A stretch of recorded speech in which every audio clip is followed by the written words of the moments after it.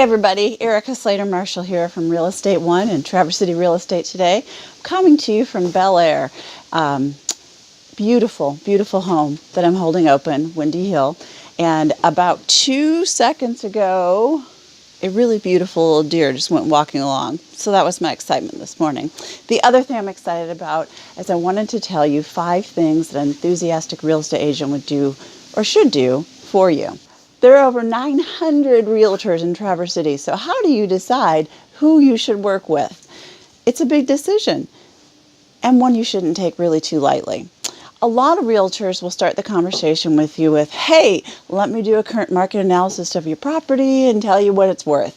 Well, that's great, but what about your needs and your goals and the timeline you want to work within? Your timeline really is critical to this, and as we go through this, you'll see why. The first thing you need to do is you do need to sit down and decide those items. Once you have that timeline, you talk about your goals, and you know where you want to be, then you should start the discussion on what's the price of my home and where should it be. So once you decide on your timeline and your needs and your wants and your goals, then you should start talking about your pricing strategy. Usually there's 3. We set it high and we see what we can get. We set it right in the market. We know we're going to have a good sale. Or we set it below the market and we create a little competition. What works best for you? Again, you refer back to number 1. And what are your goals? That's going to help you determine your pricing strategy. Next, you should talk about your marketing plan. I have a pretty extensive marketing plan. I use not only the MLS and the replication that it provides to the Realtor websites and Realtor.com and Zillow and like 400 other places, but I also do my own blogging, like right now, and blogging and social media. I bring all of these aspects to life, and I do this with the use of a really great company that helps me with the drone and virtual walkthroughs and professional photography. Those things enhance your home.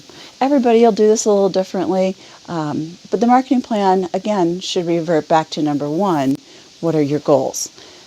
After you establish what the realtor's marketing plan is, my next step, and this should be important to you, I do a lot of open houses, like right now, and I find that this has really been effective for me. Not for everybody, but for me it has. In fact, 3 of my last sales were from people who walked into my open house. And, we really weren't thinking about this, but now that we're here, the rest is history. And they closed. So, open houses. I believe in them. I do a lot of them. If you can't get people in the house, how are you going to sell it? Finally, how do you want your realtor to communicate with you? I have some clients that are text me, just text me. Others, they don't even own a cell phone. So, for them, it's a lot of face-to-face. It's a lot of picking up the phone and calling. But what works best for you? And that communication plan is critical. Set your expectations with your realtor. Hey, I want you to check in with me once a week. Or just let me know when something big happens. Whatever it is, it needs to work for you. Then ask your realtor some questions. You're interviewing them. It's a job interview. So how do you approach the sale of your home? Question number 1. How would you price my home, and what did you do to come to that price conclusion? Test them on their research. What's going on in your subdivision? What's going on in Traverse City or Bel Air or Beulah or with lakefront property? All of those are very, critical and crucial questions. Then also ask them, what will you do to market my home? I am not the put the sign in the fence realtor and walk away. So ask them, what are they going to do? You may also want to ask them, how many followers do you have on Facebook, Instagram, Twitter, all those fun things? That's reach, guys. If they're putting your house out there, they're reaching those people. And then ask them, what are your views on open houses? What can I expect from you? And how and when will I hear from you?